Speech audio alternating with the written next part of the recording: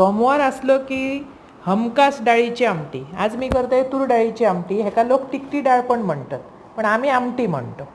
ती स्वच्छ धुतलंय, त्याच्यात उभे चिरून 4-5 हिरव्या मिरच्यो आणि 1 टोमॅटो बारीक करून घातलंय आणि 3 शिट्यो कुकराक लावून काढून घेतलंय। सध्या श्रावण असा, त्यामुळे ही डाळ हमखास सगळ्यांक आवडतली। अशी करा खावा। एक पातेला घेतलंय, त्याच्यात कढीपत्तो, जिरा, मोहरी आणि हिंग। फोडणी मात्र ठसठशीत झाली की डाळ लागता भारी। त्याच्यानंतर त्याच्यात उकडलेली डाळ घातलंय, वरसून हळद, चवीपुरता मीठ आणि व्यवस्थित उकळी इल्यावर त्याच्यात जरा ओल्या नारळाचा खोबरा।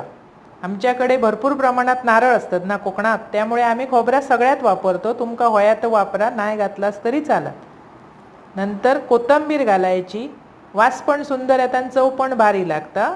अशी करा खावा। आवडल्या चॅनल सबस्क्राईब करा।